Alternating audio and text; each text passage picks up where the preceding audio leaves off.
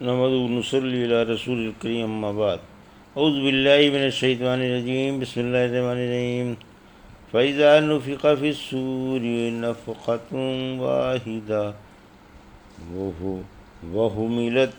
وَحُمِلَتِ الْأَرْضُ وَالْجِبَالُ فَدُكَّتَا دَكَّةً وَاحِدَةً فَيَوْمَئِذٍ وَقَعَتِ الْوَاقِعَةُ وَانشَقَّتِ السَّمَاءُ فَهِيَ يَوْمَئِذٍ وَاهِيَةٌ وَالْمَلَكُ عَلَى أَرْجَائِهَا وَيَحْمِلُ عَرْشَ رَبِّكَ فَوْقَهُمْ يَوْمَئِذٍ ثَمَانِيَةٌ يَوْمَئِذٍ تُعْرَضُونَ لَا تَخْفَى مِنكُمْ خَافِيَةٌ فَأَمَّا مَنْ أُوتِيَ كِتَابَهُ بِيَمِينِهِ فَيَقُولُ هَاؤُمُ اقْرَءُوا كِتَابِيَهْ إِنِّي ظَنَنتُ أَنِّي مُلَاقٍ حِسَابِيَهْ فَهُوَ فِي عِيشَةٍ رَاضِيَةٍ فِي جَنَّةٍ عَالِيَةٍ قُطُوفُهَا دَانِيَةٌ كُلُوا وَاشْرَبُوا هَنِيًّا بِمَا أَسْلَفْتُمْ فِي الْأَيَّامِ الْخَالِيَةِ۔ ابھی آپ نے سورہ حاقہ کی آیت 13 سے 24 کی تلاوت سماعت فرمائی۔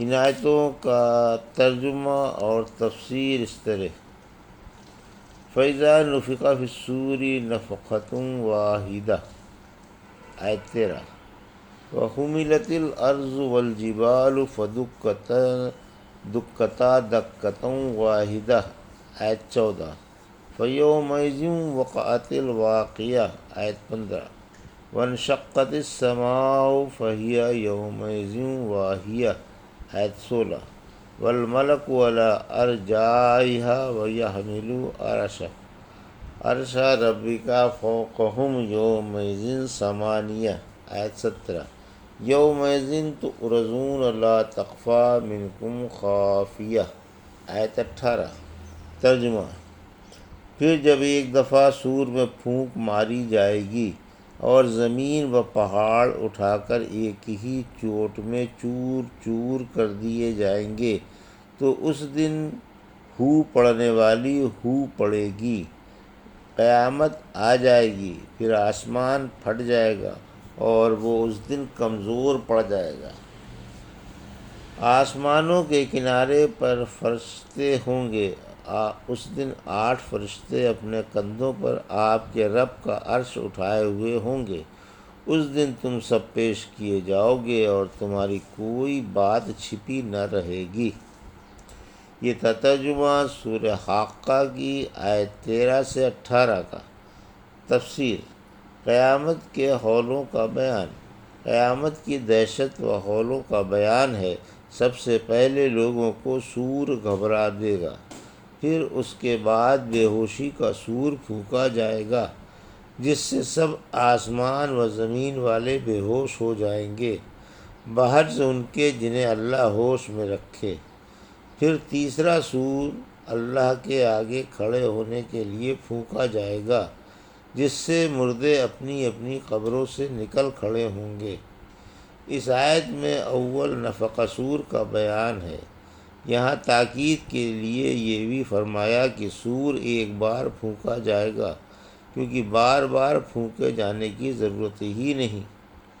اللہ کا حکم صادر ہونے کے بعد نہ ٹل سکتا ہے اور نہ بار بار حکم کی ضرورت ہے اور نہ تاکید کی۔ آیت 14-15 یعنی آسمان و زمین اٹھا لیے جائیں گے اور چمڑے کی طرح پھیلا دیے جائیں گے، نئی زمین ہوگی اور قیامت آ جائے گی۔ آیت 16 علی رضی اللہ عنہ کہتے ہیں آسمان کہکشاں سے پھٹ جائے گا۔ سورہ نبا کی آیت 19 سے فرمایا آسمان کھول دیا جائے گا اور اس میں دروازے ہو جائیں گے۔ ابن عباس رضی اللہ عنہ کہتے ہیں آسمان پرانے کپڑے کی طرح جگہ جگہ سے پھٹ جائے گا، اس کے محاذ میں عرش بری ہوگا، فرشتے ان کناروں پر ہوں گے جو ابھی ٹوٹے نہ ہوں گے، یا آسمان کے دروازوں پر ہوں گے، یا آسمان پر پھیلے ہوئے اہل زمین کو دیکھ رہے ہوں گے۔ آیت 17، یعنی قیامت کے دن عرش کو 8 فرشتے اٹھائے ہوئے ہوں گے۔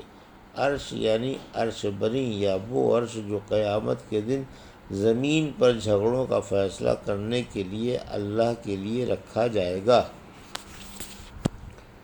عباس رضی اللہ تعالیٰ فرماتے ہیں یہ فرشتے پہاڑی بکروں جیسے ہوں گے۔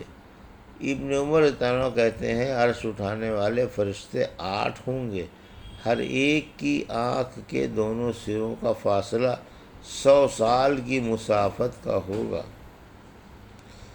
عرش اٹھانے والے فرشتے قوی ہیکل ہوں گے۔ نبی صلی اللہ علیہ وسلم فرماتے ہیں مجھے اجازت ہے کہ تمہیں عرش اٹھانے والے فرشتوں میں سے ایک فرشتے کی خبر دوں۔ اس کی گردن اور کان کی لو کی درمیانی مسافت ایک اڑنے والے پرندے کے لیے 700 سال کی ہے۔ ابو داؤد میں کان کی لو سے کندھے تک کا فاصلہ 700 سال کا آیا ہے۔ آیت 18، بڑی پیشی، یعنی اس دن رب کے سامنے پیشی ہوگی جس سے تمہاری کوئی بات پوشیدہ نہیں، اور وہ ظاہر و باطن، افکار و اسرار اور تصورات و خیالات سب سے واقف ہے۔ عمر رضی اللہ عنہ فرماتے ہیں لوگوں حساب لیے جانے سے پہلے آپ اپنا حساب لے لو، وزن اعمال سے پہلے اپنے نفس تول لو، اور بڑی پیشی کے لیے تیار رہو۔ آج کے حساب سے تمہارے لیے کل قیامت کے دن والے حساب میں آسانی ہو جائے گی۔ ایک حدیث میں ہے کہ قیامت کے دن 3 پیشیاں ہوں گی۔ پہلی 2 پیشیوں پر تو لوگ ہیلے بہانے اور جھگڑے کرتے رہیں گے، لیکن تیسری پیشی پر اعمال نامے اڑائے جائیں گے اور کسی کے سیدھے ہاتھ میں اور کسی کے بائیں ہاتھ میں آئیں گے۔ فَأَمَّا مَنْ أُوتِيَ كِتَابَهُ بِيَمِينِهِ فَيَقُولُ هَاؤُمُ اقْرَءُوا كِتَابِيَهْ إِنِّي ظَنَنْتُ أَنِّي مُلَاقٍ حِسَابِيَهْ۔ آیت 20، فَهُوَ فِي عِيشَةٍ رَاضِيَةٍ۔ آیت 21، فِي جَنَّةٍ عَالِيَةٍ۔ آیت 22، قُطُوفُهَا دَانِيَةٌ۔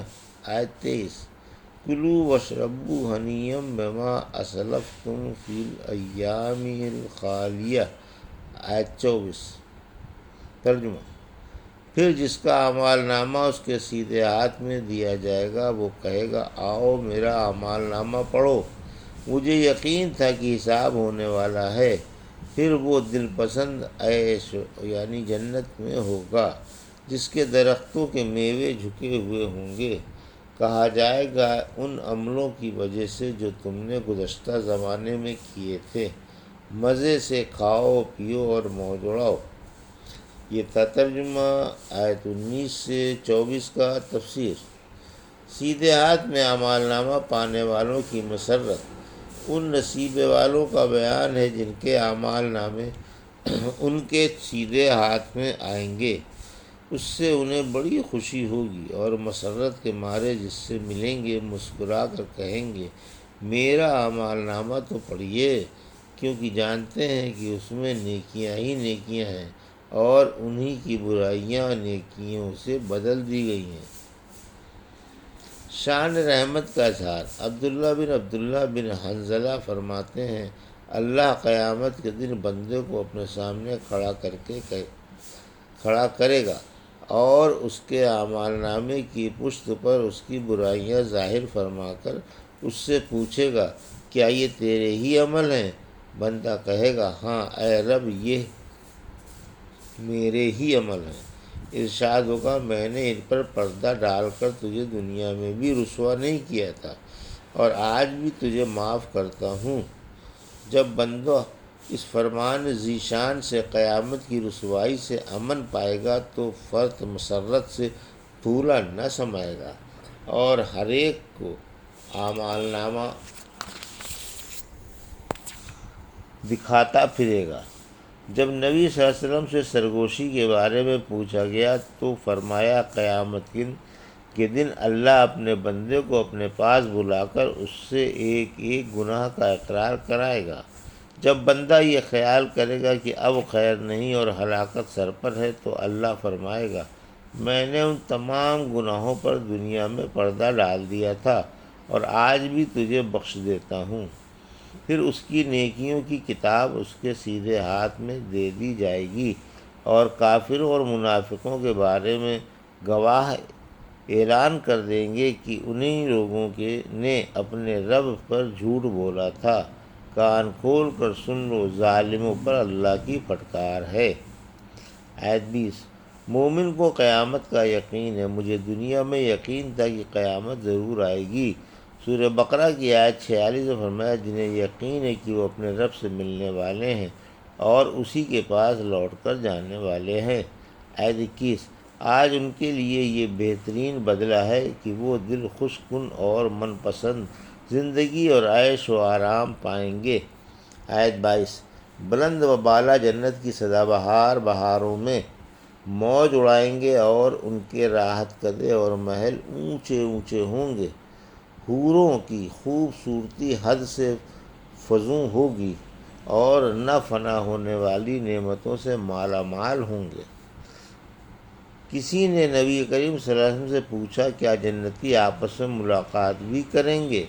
فرمایا کیوں نہیں، بلند درجوں والے نیچے درجے والوں کے پاس ملاقات کے لیے اتر کر آئیں گے، انہیں سلام کریں گے اور مبارکباد دیں گے۔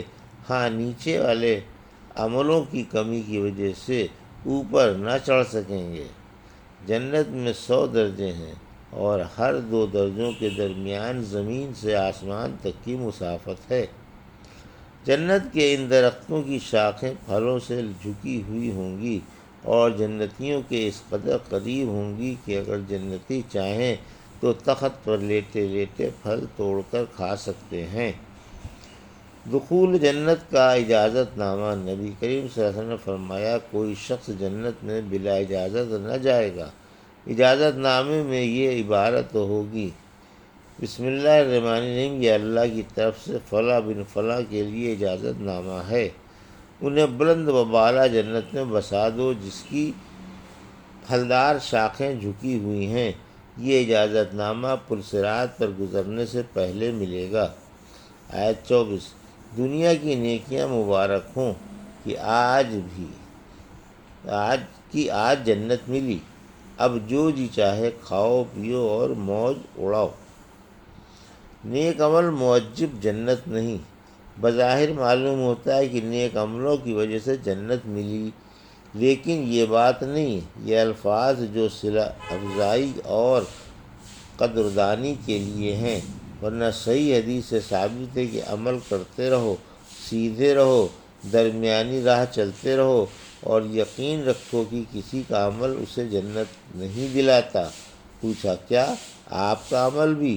فرمایا نہ، میرا عمل، جب تک اللہ مجھے اپنی رحمت میں نہ ڈھانپ لے۔ یہ تھا سورہ حاقہ کی آیت 13 سے 24 کا ترجمہ اور تفسیر جو بھی آپ نے سماعت فرمائی۔ بارک اللہ لی و لکم فی القرآن ونفعنی وایاکم بآیات الذکر الحکیم۔